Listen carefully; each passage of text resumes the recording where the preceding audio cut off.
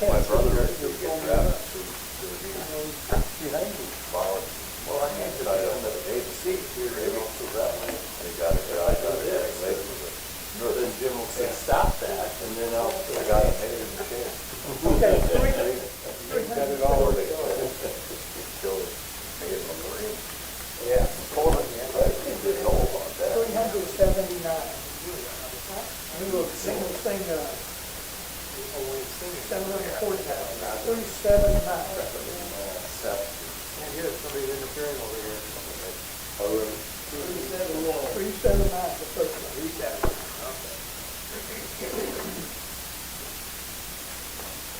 He left the splendor of heaven, knowing his destiny was the lonely hill of Golgotha that laid down his life for me. If that is of love, the ocean is wide, there's the stars in the sky, and the sparrow can fly. If that is of love, in heaven's obey, there's no feeling like this. If that isn't love, even in death he remembers the fleet hanging by his side. He spoke with love and compassion, then he took him to paradise. If that isn't love, the ocean is bright, there's no stars in the sky, and the sparrow can fly. If that isn't love, then heaven's obey, there's no feeling like this. If that isn't love. 749. Battle belongs to the Lord.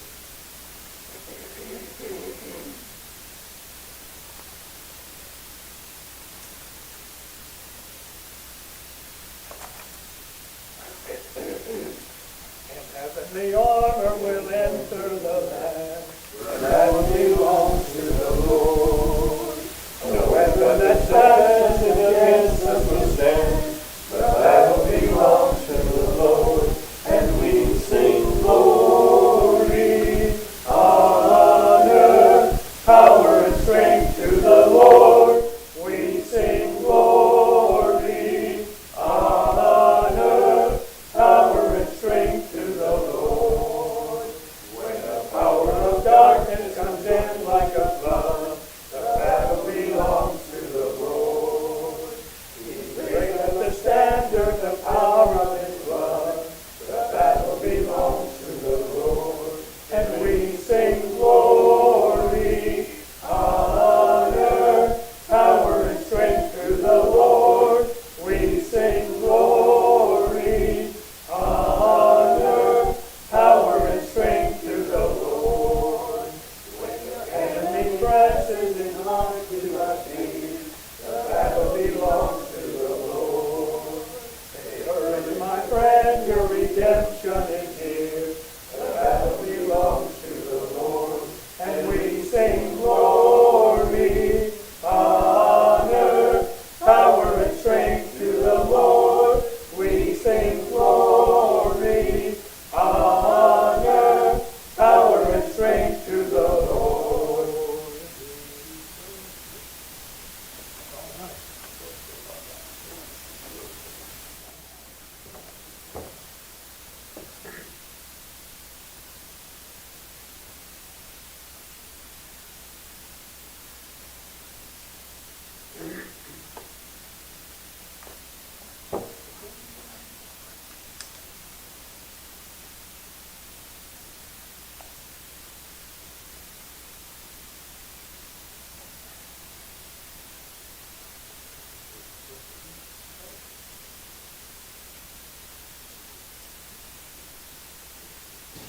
Now, in our previous lesson, we began with the record of the last of the recorders of the book of Genesis. Remember, I said different individuals recorded different portions of that book.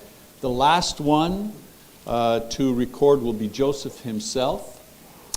We said that the last portion chronicled his story from a young and proud and ambitious man who was resented and nearly killed by his brothers, to the point where he was sold into slavery in Egypt as a result of their hatred and jealousy for him.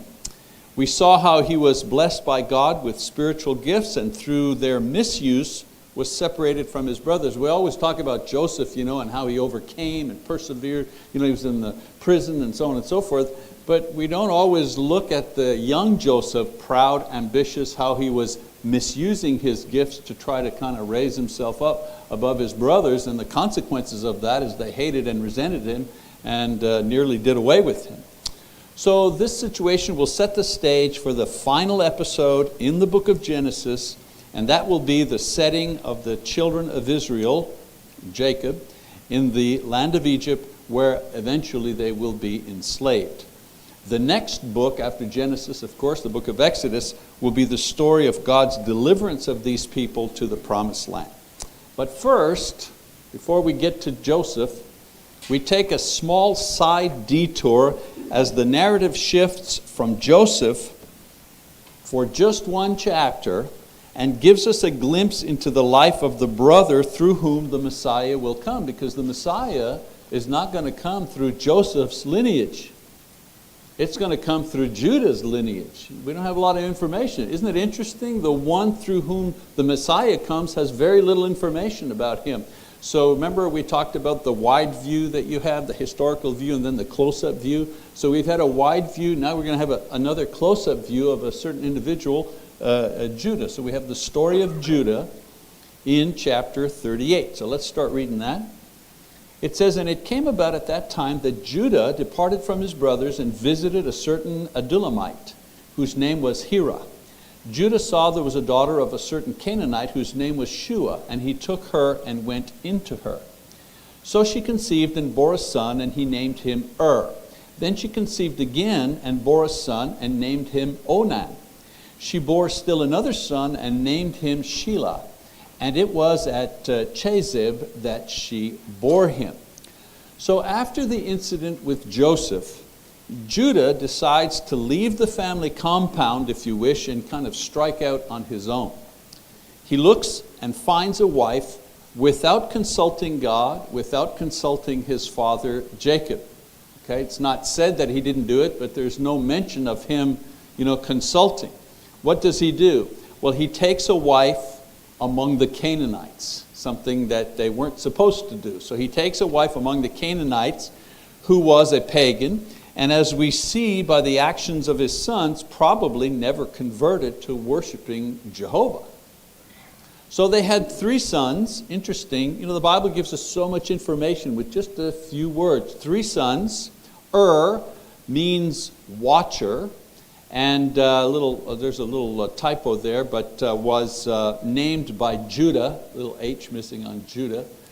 Then the next son was Onan, meaning strong, and that child was named by the mother. That's significant, and I'll explain why in a moment. And then Shelah, which means doesn't mean uncertain, but it has an uncertain root. We're not sure what that name means, but this son was also named by the mother. Now, the significance of the mother naming the last 2 children is that this suggests that there was a tilting of influence in the home towards the mother, since it was normally the father who gave the names. So it means the mother was now, more matriarchal in that family than patriarchal. It was the same thing with Jacob, whose wives named the children, and whose wives had tremendous influence in the home and over Jacob.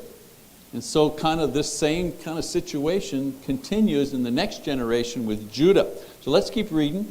It says, "Now Judah took a wife for his firstborn, and her name was Tamar. But Judah's firstborn, was evil in the sight of the Lord, so the Lord took his life. Then Judah said to Onan, "Go into your brother's wife and perform your duty as a brother-in-law to her, and raise up offspring for your brother." Onan knew that the offspring would not be his, so when he went into his brother's wife, he wasted his seed on the ground in order not to give offspring to his brother. But what he did was displeasing in the sight of the Lord, so he took his life also. So although Judah chose his own wife without help from God or Jacob, he seems to recognize the folly of this course of action, and so he wants to secure a better arrangement for his own son, his first son. Now, we know nothing of Tamar. The word Tamar, the name Tamar, means erect or to stand straight, like a palm tree, straight. But her name and the fact that Judah specifically chose her suggests that in the pagan environment, she was nevertheless a woman of character and strength. Now, we see by the fact that is a wicked man that the mother's pagan influence seems to rub off on him. She has influence in the house. He's a godless man, a wicked man. Judah was not a, quote, wicked man. So we see the influence of paganism on this son. Now listen, the messianic line was going to come through Judah and through his sons. And so what does God do? God destroys before he could be part of that genealogy. The fact that he didn't destroy Tamar speaks on her behalf. He destroyed instead of Tamar. So it goes to show you who the wicked one was. So Judah then presses on to Onan, the brother, the responsibility to carry on his elder brother's lineage by marrying his widow. Now this was called levirate, the levirate regulation. The English word levirate comes from a Latin word meaning lever, means brother-in-law, the brother-in-law duty, if you wish. So it was an ancient custom to protect land and property rights within families. If a brother died without children, the nearest relative would marry the widow, and the first male child born to these two would belong, as far as succession rights are concerned, to the dead relative and carry the dead relative's name, so that dead man, his name could continue and his property rights would continue in succession. Okay? All other children after that firstborn male would then belong to the brother-in-law that took on his brother's widow. So that was the levirate duty, if you wish. Onan has seen the result of his brother's wickedness, so he goes along with this, but in the end he refuses to produce children for his dead brother. Apparently he's afraid that he will have to perhaps share some of his property with his brother's child. Whatever the reason, he doesn't fulfill the pledge. So he has intercourse, but he interrupts conception. And of course, for this rebellion, God slays him as well. So, Now an interesting term, the term Onan, there's a term called onanism that was popular many years ago, often used to refer to masturbation. And this passage was often used to show that this practice was a sin. So people will go to this passage here and say, that's onanism, that's a sin, that's where the Bible says no, and so on and so forth. Of course, this passage is not about that. This passage is about obedience to God and the punishment that disobedience brings. That's not what Onan was doing here physically. The Bible actually, I'll make a parenthetical statement, the Bible does not comment directly about the sexual issues of masturbation or birth control or sexual practices within marriage. The Bible doesn't talk about those things specifically. It does, however, give principles that guide human sexuality within the bounds of marriage. For example, in Hebrews chapter 13:4, the Bible talks about the principle of fidelity in marriage. There must be fidelity in marriage. It doesn't talk about positions or sexual style or anything like that. It talks about husbands and wives need to be faithful to one another within the bounds of marriage. It also talks that human sexuality is expressed only within the bounds of marriage. But it doesn't go into any detail about that anywhere in the Bible. Another principle found, mutual respect and cooperation within marriage. Again, within the sexual union in marriage. 1 Corinthians chapter 7, verses 3 to 7. Paul says, the man's body doesn't belong to the man, it belongs to his wife. The wife's body doesn't belong to the wife, it belongs to the husband. And both are responsible mutually to provide satisfaction and love for one another. And then the third principle, Christian decency, in 1 Thessalonians chapter 4, verse 4, where Paul is saying that we must know how to possess our own vessel in decency and honor. There's another principle that talks about human sexuality within marriage, and that it should follow the guidelines of decency. We don't do indecent things one to another just because we are married. Now, the point I'm making here about this is not a class on marriage or human sexuality. I just took a little sidelight here. It's important that when we try to prove a point using the Bible, we make the point that the Bible makes. That's the point I'm trying to make here. Not the point that we want to make using the Bible incorrectly and out of context. So we might want to make a point about practices within human sexuality, but using this particular scripture to make that point is incorrect. Okay? And so there's a larger principle. The Bible does talk about sex, but let's make sure that we line up the passages with the practices that we're talking about. Okay, so back to our story. Let's read verse 11 and 12. It says, "Then Judah said to his daughter-in-law," remember now, is dead, God killed him. Onan is dead, God killed him. That's two. So Judah said to his daughter-in-law Tamar, "Remain a widow in your father's house until my son Shelah grows up." For he thought, "I'm afraid that he too may die like his brothers." So Tamar went and lived in her father's house. Verse 12, "Now after a considerable time, Shua's daughter, the wife of Judah, died. And when the time of mourning was ended, Judah went up to his sheep shearers in Timnah, he and his friend Hira the Adullamite." So Tamar, of course, was living with Judah. In other words, it was a compound. The family was living there. She was living with Judah and his sons. But to avoid further trouble, he sends her back to her own father. And he promises to send his youngest son to marry her when that son is old enough, but was probably afraid to do so considering what had happened to the other two. I've already lost two sons that God has killed who were married to this woman. He may be afraid to give the third one and lose the third one as well. In the meantime, Judah's own wife dies. And after a time of mourning, he goes to the shearing of the sheep with his friends. Of course, this suggests he may not have been in terrible grief because shearing time was usually accompanied by a festival, and Judah planned to take in the festivities along with his friends. So let's keep reading. It says, "It was told to Tamar, 'Behold, your father-in-law is going up to Timnah to shear his sheep.' So she removed her widow's garments and covered herself with a veil and wrapped herself and sat in the gateway of Enaim, which is on the road to Timnah. For she saw that Shelah had grown up and she had not been given to him as a wife. When Judah saw her, he thought she was a harlot, for she had covered her face. So he turned aside to her by the road and said, 'Here now, let me come in to you.' For he did not know that she was his daughter-in-law. And she said, 'What will you give me that you may come in to me?' He said, 'Therefore I will send you a young goat from the flock.' She said, 'Moreover, will you give a pledge until you send it?' He said, 'What pledge shall I give you?' And she said, 'Your seal and your cord and your staff that is in your hand.' So he gave them to her and went into her, and she conceived by him.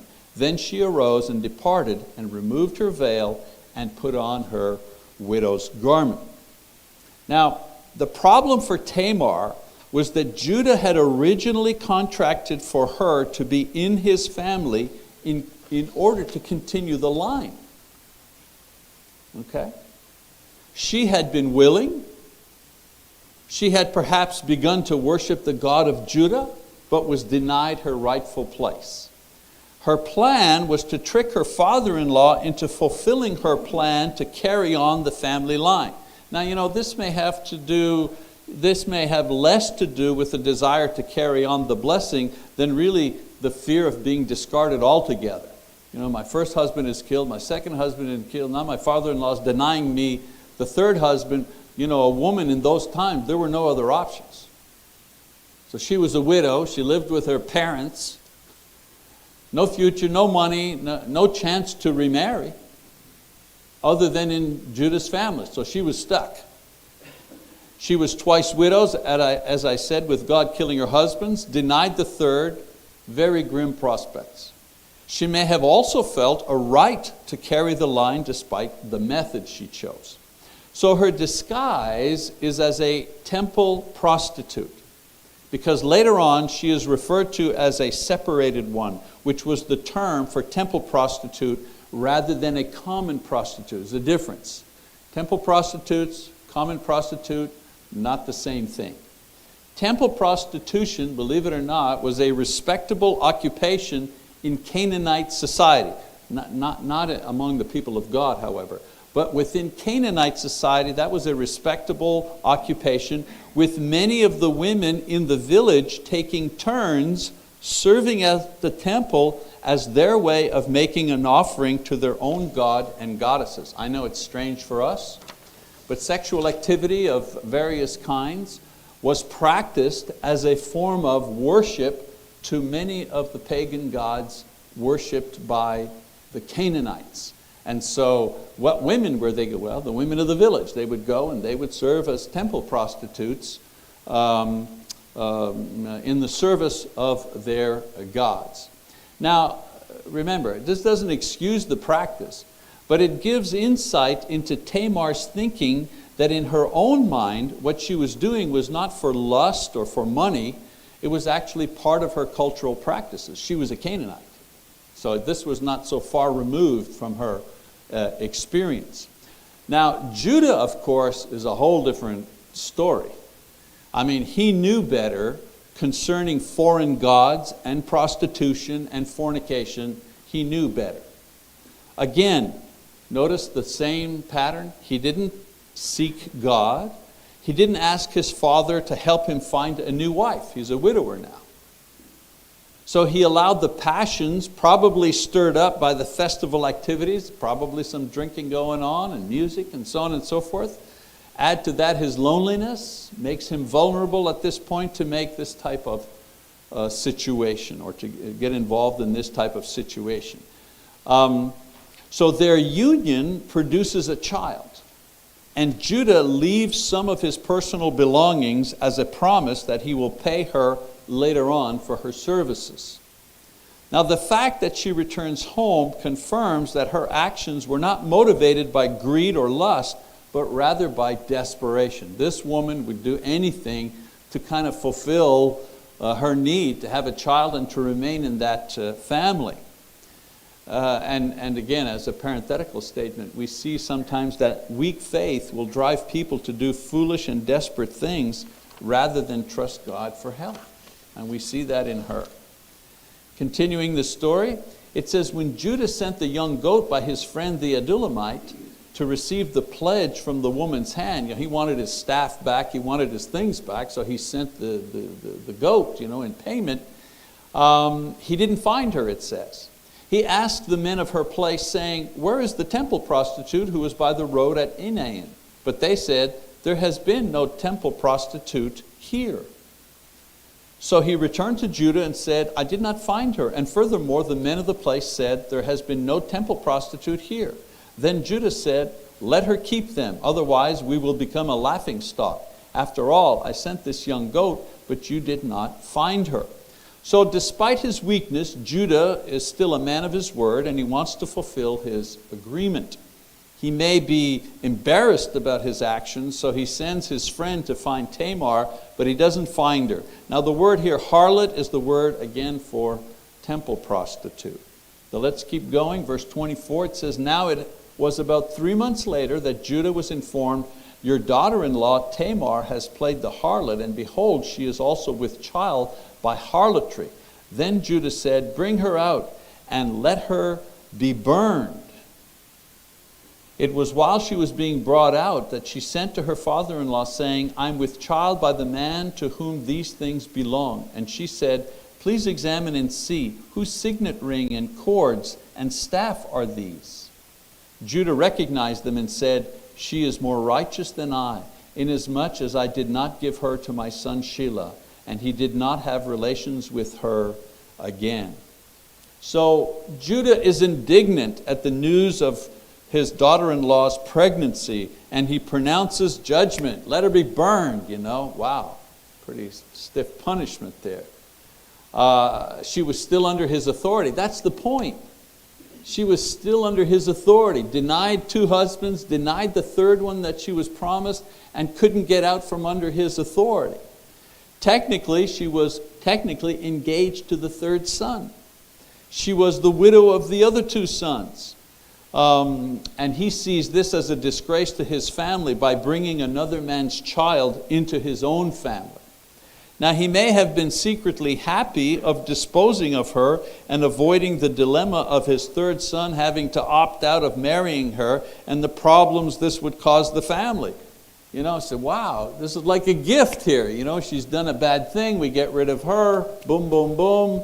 Now my 3rd son can go on and get married, and we'll find somebody else for him.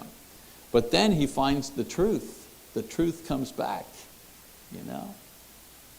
Judah shows, and actually his recognition, he shows, some of the character that God saw in him in order to grant to him the honor of being the line through which the Messiah would come. So what does he do? Well, he mans up. He tells the truth about his involvement with her instead of denial. He confesses the true sin, and the true sin he confesses is not giving his 3rd son, which he was dutifully and legally bound to do so. He had promised it. The law said that he had to do it. So he acknowledges, this is where I went wrong. This is the sin that I have done. And he doesn't say it, but he admits this is probably what drove this poor woman to do what she's done. He also absolves her of blame and guilt by acknowledging that she was righteous and he was not. Now, her methods were deceptive, but she was morally right in claiming what rightfully belonged to her. So he acknowledges that it was his actions that pressured her to act in the way that she did. And he does the right thing by her by not taking her sexually anymore, but acknowledging her children as his own, their own proper inheritance and name as the law demanded. So he finally, owns up to what he had to do. So his 3rd son didn't provide children for the dead ones, he did. Now that would not have normally happened, but indirectly he does that. So let's finish up. It says in verse 27, it came about at the time she was giving birth that behold, there were twins in her womb. Moreover, it took place while she was giving birth, one put out a hand, and the midwife took and tied a scarlet thread on his hand, saying, this one came out first. But it came about as he drew back his hand that behold, his brother came out. Then she said, what a breach you have made for yourself. So he was named Perez. Afterward, his brother came out who had the scarlet thread on his hand, and he was named Zerah. So a short summary describing her twins and the unusual parallel between them and Jacob and Esau's struggle in the generations past. Something repeats itself again. Now, we know that both brothers, later on, Shelah, Judah's remaining son, married and had large families. In other words, the 3rd son, Shelah, he married, he had a large family, and both of the children that Tamar had, they also married and had large families. Later on in the genealogies, the 2nd child, Perez, who appeared second but came out first, was the one who was the ancestor of David, through whom came Christ. And so the lineage was fulfilled in one way. So this ends, the sidelight chapter meant to show how Judah fathered the child that ultimately linked him to the birth of Jesus Christ.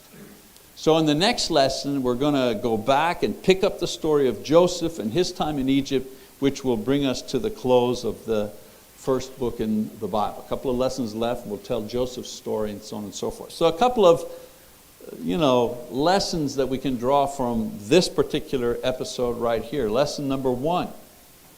Children are influenced by both parents, not just one. Judah was short-sighted and underestimated the influence that his wife would have on his family. So, the case for marrying a Christian person becomes very important, especially when it comes to children. Boy, those of us who are a little older, and then been in the church for a while have seen this over and over again. People are in a hurry to marry, and they say, well, he or she, they're not members of the church, but they're kind of believers, and, we'll bring them around, and it's all good, and blah, blah, blah. And then, that sometimes that happens. Thanks be to God. Sometimes that happens. But sometimes, actually, a lot of times, that doesn't happen. That doesn't happen. And there's not a whole lot of wrestling around as far as religion is concerned until there are children. And then when children come along, then religion becomes very, very important because it's an important issue. And, people kind of struggle on that. So it's important. Fortunately, young people many times don't see that far ahead. They only consider the existing relationship and not how the relationship is going to exist in the future. So that's why it's important, not only to encourage our young people to marry other Christians, obviously, but in the event that they don't, parents need to help provide Christian influence in their grandchildren's lives that might be missing because of the disbelief of one of the parents or both. I want you to note that Jacob's name is not mentioned one time in this chapter. Through all of the things that happen, Judah's father, Jacob, is not mentioned. He doesn't go to him for help. It doesn't include him. The grandfather, not involved whatsoever in the life of his grandchildren. And I'm looking around, a lot of people here are grandparents, so I'm preaching to the choir. I know that you know how important it is. Even when both, your child and your child's spouse, both are faithful Christians, they still need support. They still need spiritual support and encouragement, from grandparents. All right, lesson number 2. God can cause all things to work for good. We always, that passage in Romans, God causes all things to work for good. We put the emphasis on good, but the emphasis should be on all things to work for good. Now, I mentioned in the last lesson, but it bears repeating. God chose Judah to carry the line. He had poor judgment and many weaknesses. His wicked and rebellious sons were killed. He had a pagan wife. Tamar's helplessness and her deceptive plan and her seduction of him, all of that mess in his life. And yet God managed to cause all of these negative things to work together to achieve God's own goals. The wicked will still be judged, and the weak will still suffer the consequences of their mistakes, but God's plan will not be thwarted even by our own poor judgment and mistakes. So, this should give us confidence to go ahead when we're not sure. How many times we say, God, just tell me what I need to do. Do I go left or right, up or down? Do I stay or go? Just let me know which way I should go, and we don't know. And we just have to make a choice. And we don't always make the right choice. Or to persevere even when we make mistakes. We want to do everything perfect, and if we don't, sometimes we just want to quit. It's not worth doing. Or to maintain our hope of salvation, even when the evidence around us points to the conclusion that we're not going to make it. God's plan is to bring the faithful to heaven, and He will accomplish that plan no matter what. No matter what. Despite our mistakes and weaknesses, He will accomplish His plan. So, if you're serving the Lord, whatever you're doing, just do it with all your might, He can cause, He can bring everything together and make His purpose, achieve His purpose in the end. And then maybe another lesson, obvious, it's not who you are, it's who God makes you. It's interesting to note that in the genealogy of Jesus, only 4 women are mentioned. When you look at the genealogy, it's always the son of this man, the son of that man. Only 4 women are mentioned in the genealogy of Jesus. Now listen to the 4 women. There's Tamar, a Canaanite woman who tricked her father-in-law into sleeping with her. The next woman, Rahab, a prostitute who hid Jewish spies. Ruth, a Moabitess who persuaded Boaz to marry her after sleeping near him while he was drunk. And Bathsheba, the Hittite woman who committed adultery with David. These are the 4 women that are mentioned in the lineage of Jesus. There were many other women mentioned in the Bible who were noble and brave and smart and so on and so forth. They're not mentioned. These 4 women are mentioned. None of these women were Jews.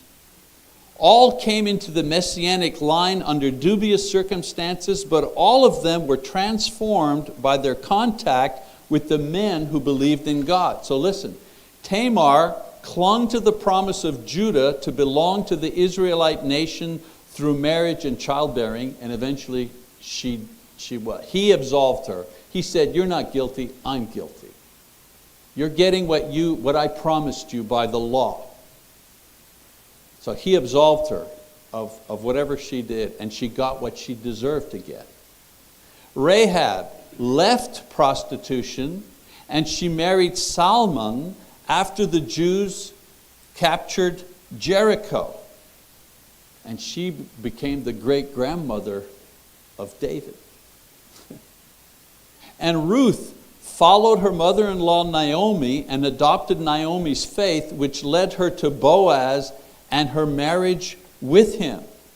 I would say Rahab is further back than great-grandmother. I'm sorry. I'm talking about Ruth here.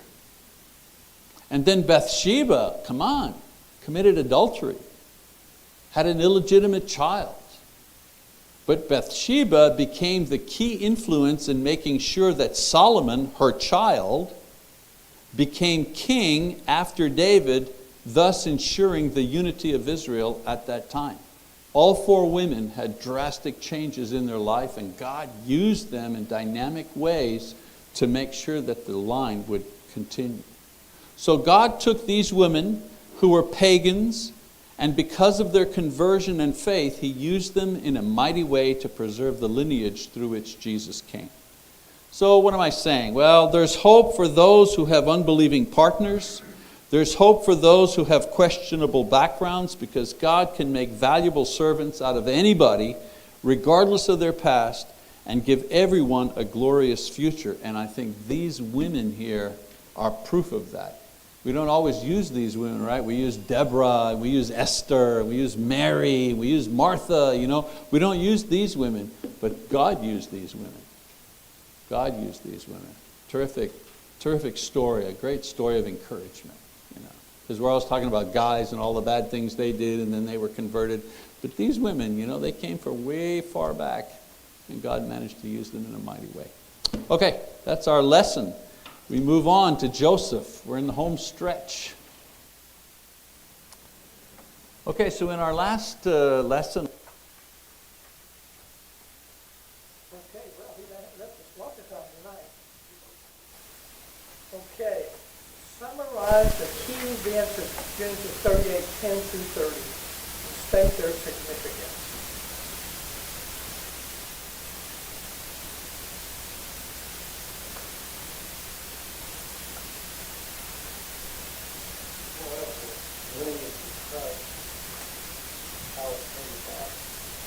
Okay, so Judah, he goes off and marries out of the marries a family, comes back, has some sons. First son, he goes and gets him a Canaanite wife. Point. What happens to the wife? What happens to the son? He died. He was wicked, so he died. Lord killed him now. But then it's okay that he has his second son married Tamar.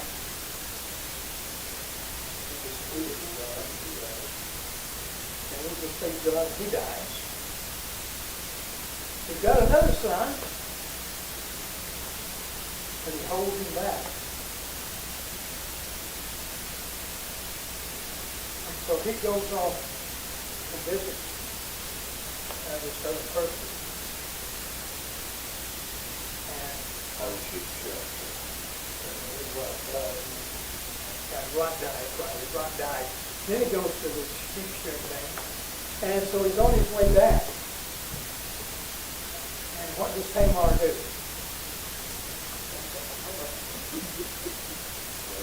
A temple harlot, right, which was in the pagan world there, that was all right. For the other harlot part, okay, but the pagan world certainly doesn't fit God's picture, but anyway. So she plays the harlot, and he's tempted by the harlot on the side of the road, and stops and plays with her, and goes back home, and he tries to make his promises right. Sends the servant back with the sheep and the goat, I think the goat to the sheep. Sends the goat back, and she's not to be found. And you have to commend the servant, because he goes to check, where's the temple prostitute? Oh, there's never been a temple prostitute. Oh, what do I do now? And I go back to Judah and tell him this. Okay, so well, it had to be, we tried. And then what happened? All right, Tamar is a child. What's Judah ready to do? All right, ready to kill her. Don't burn her. Yeah. That's only step for David. Yeah.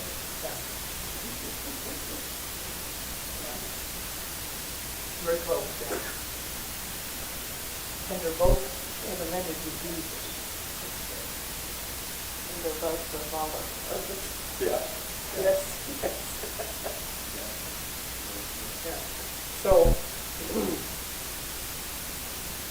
he owns up though to this. He's more righteous than I am. Because it was his responsibility to make sure that the lineage continued. And he didn't do it. And so I think, what do we learn from that? Why did she do that? Why? Well, Why did she do that? why did she do what she did? What she said, right? Well, I think she wanted, I don't know if she understood God's plan, but I think she wanted to continue her lineage of life. Well, I mean, but you made it sound like she was just desperate. I mean, she was kind of in a desperate situation. Oh, yeah, because she couldn't marry anybody else. She wanted a child. Judah was still her master. And she couldn't go elsewhere to get married, I mean, she was put to death if she needed to, probably she did. So, she She might wanted, have wanted to take a chance. What's that? She may not have wanted to take a chance with that young man, because she had to go home and wait for him to grow up. well, but it seems that he was withholding that younger son. He wasn't letting her marry that younger son. Yeah. Why? Because he wasn't, he said already, wasn't going to. Well, I think it said, like he said it, he was afraid that he would die too. Two husbands, they both died, and so he was afraid if I give this son to her, he's going to be pleasing to God, and he's going to die too.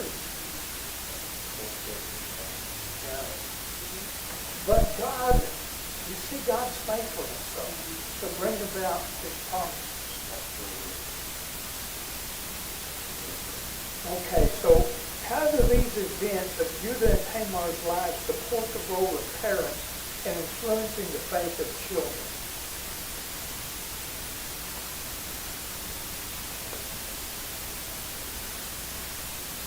Judah's wife certainly didn't have a good influence. So, nothing to do with No, she didn't. it. No. She didn't. Follow through. What's that? It's a story of follow through. That's God tells us. If she was to follow through, she would have to come on it. But she put it her own hand, the woman followed through. Yeah, and so as he brought up there at the end about the 4 different women, he talked about that in a minute, but she took on the faith of Judah. Tamar as well. Tamar took on the faith of Judah, an Israelite.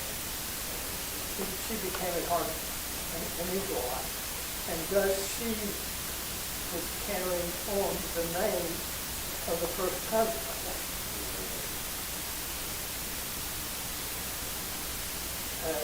You remember, huh? That law about, the brother had to marry his brother's wife. That law wasn't written until Leviticus was much later when the law was written. Way after this, but it must have already been It must have already been a practice. It must have been a commandment of God before. And you remember Ruth? She, although Naomi didn't, she was a great influence, remember? She influenced Ruth, and Ruth loved her so much that she would go with her wherever she went, and so they're kind of destitute. They're there and they don't have any way of making any money really, and so Ruth goes out and starts gathering the gleanings and the people of leftover stuff, and she just, probably by God's direction, ended up the field of a relative, Boaz, and her mother-in-law said, asked what she was doing, he's a relative, stay in here till he'll treat her right. And then he finds out who she is. She speaks Aunt May and tells her to go and speak at his feet when he lays down. And then he does the right thing. He first does a closer relative. So this was not only son, and the next son and the next son. If they run out of sons, then another relative that's closer, the next relative that's closer, has to take him. And so Boaz goes to that closer relative, and he too is afraid that something, he'll lose his inheritance or something, or something will happen. So he said, no, you have it. You take it.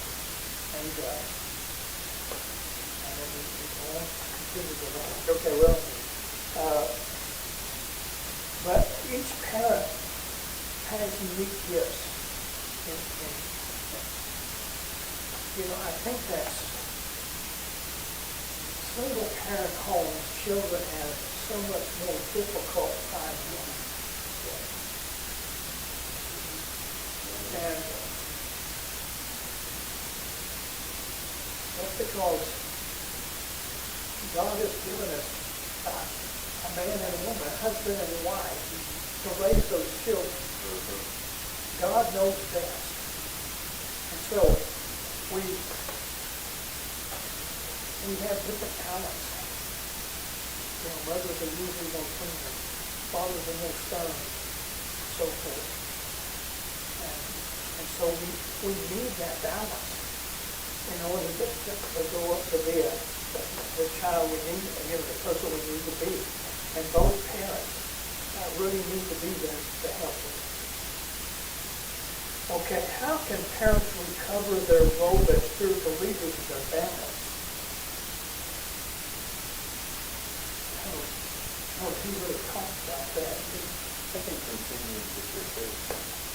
Okay, yeah, And you know, telling it, saying you're living with this other person, they can see it, they can see it. You talk about it. You talk about your faith and your belief. It's not always easy, you know, we kind of lost that. It's kind of hard to get back. We need to try at least. Remember, Marge had that I remember talking with her husband was a non-believer. Marge Street. Marge Street, and she was special, and she was, I don't know how it affected him in the end, but she was following up, she was just, this is what it is. You can stay here, but He wasn't a real nice person. no.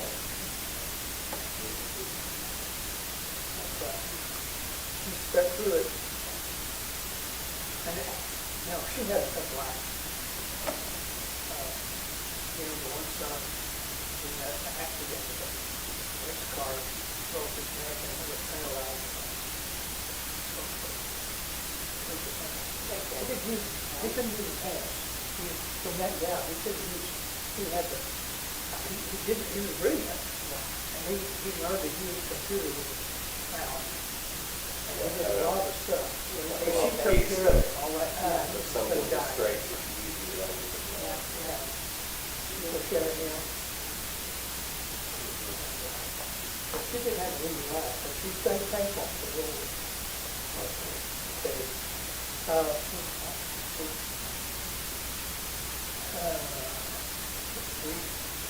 We didn't get too much time. We still got more questions. Let's see. Let's deal with this one. What does the use of the four women mentioned in this event teach us about how God uses us? The four No women. matter how bad a person is, God can still turn it around and make something good out of it. You know, people can be so far away from God, and yet eventually God can get them on their side. He's on God's side. I think it's kind of interesting to think about the fact that none of them ever knew they were being used. They had no idea. I mean, we can know now just looking back, but they didn't have any idea what they did. What was going through court, right? There was, Maybe they someday wanted, we'll there know. was, there she, what were the other two? You had Ruth, you had Rahab, Bathsheba, and Tamar. And Mary. He left out Mary, but he did that on purpose because these four women were not Israelites. Mary was an Israelite. Oh, Yeah. was that what he said? That's what. What did they all have in common? Besides being but there's something that they, I know two of them had relationships outside of him, right? Sheba and Tamar, right? Well, yeah, they did. Rahab was a prostitute. But Rahab was a prostitute. Yeah, she was tough. Now, Rahab was a real prostitute. I wouldn't say the other two were. Bathsheba, you know, when the king calls you and says, we're having relations, you don't say no. Well, she might not have a Rahab was definitely a hard heart. She was a... How about their, just out of curiosity, how about their location? One was in Jericho, right? Sheba was in Jerusalem, right? Because he saw her from Well, a... yeah, she was Where were the other two? I'm just curious. Where was the location of these other two? Was there any, you know, I'm taking up too much of your time. Well, Anyway, just curious. Ruth was from Moabite. Moab, which is Moab. just like right across the Jordan River. It's Jordan now.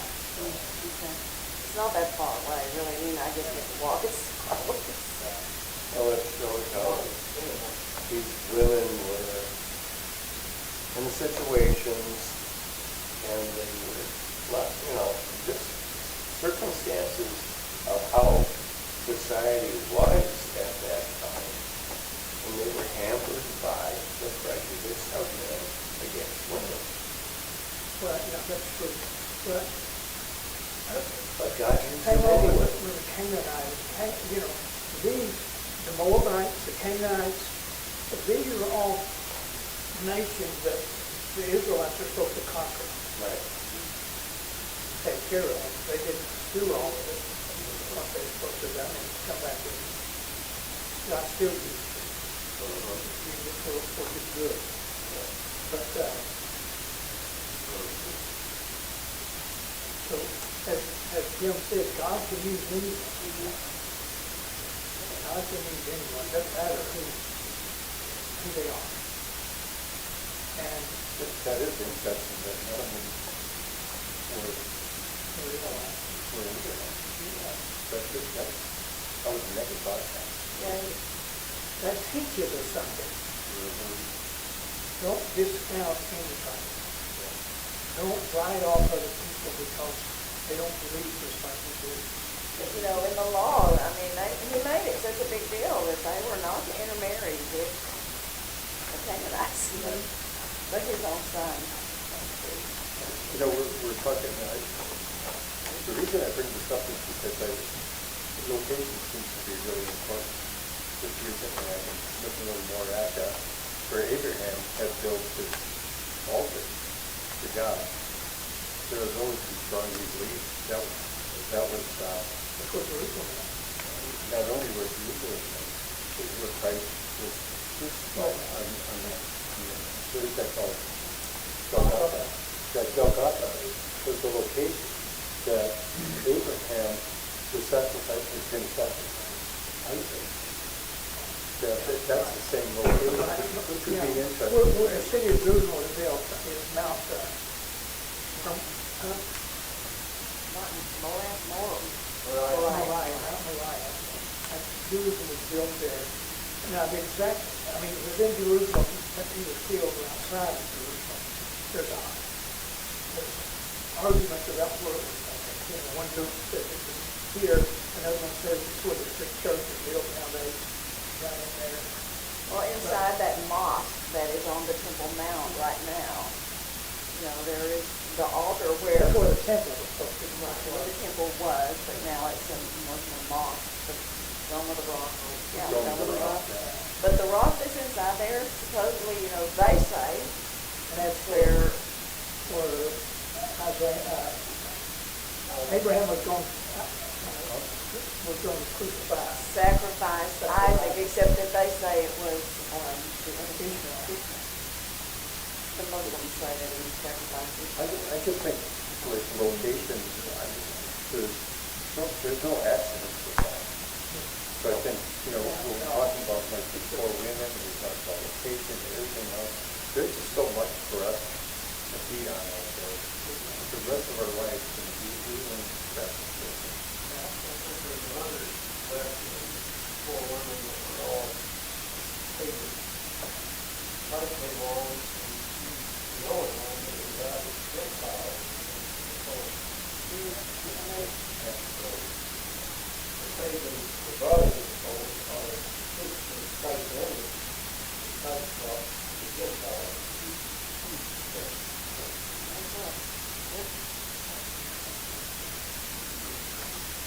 All right. Would you take us there now? I think we need to remember past. This seems to have a lot of past.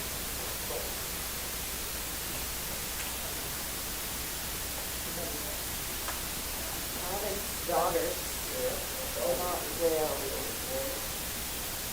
As it only does wife so far as they know, he makes pretty much most of the body now. Army buddies of it. The only brother's wife, not his daughter. Well, my daughter, that illness, is staying on the wife. Oh,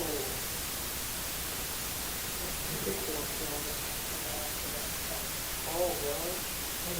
And she was seriously. Oh, 2 daughters. Okay. One, you said, Amanda, Yeah, we don't know what's going on. I think this is played up somehow.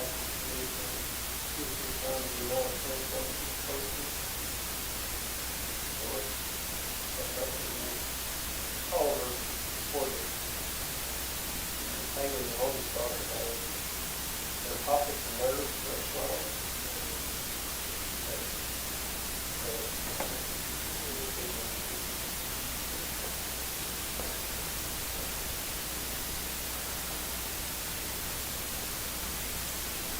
Okay, it's Sunday, the fourth of Sunday. Keep that in mind. And you can forget it, 96, and I'll put that's one too. I also got a phone call from Deborah Bauer today. David's sister passed away. I think yesterday they found her, but like she maybe had passed away a day or so earlier or something. I don't.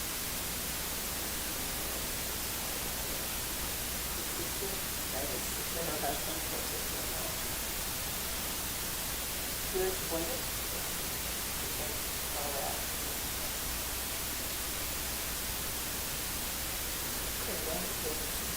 Okay.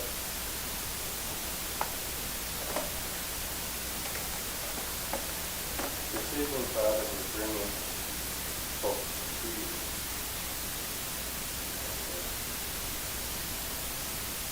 Petition to you about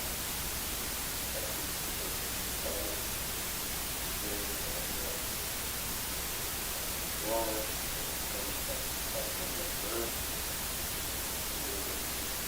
Brother Holiday and his daughter's accident and illnesses, his girl, and also his family, anxiety, and anxiety flesh, and allergies, and friends and that family. That's really that's all I can do this, David's sister, passed away. Also, as a member of all these folks who having people that care about them, and we're mindful of the ministry of caring for orphans, where these young ones that grow up and they don't know who their parents are through circumstances.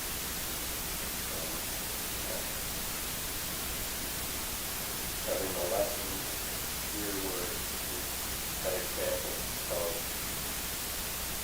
families and how it was then, how it's so much different now because of Jesus coming and being sacrificed that he was for them, and he can help people with the difficulties of this life and he brought us to this place, and that is to support one another, to live in this. Let's pray this in Christ.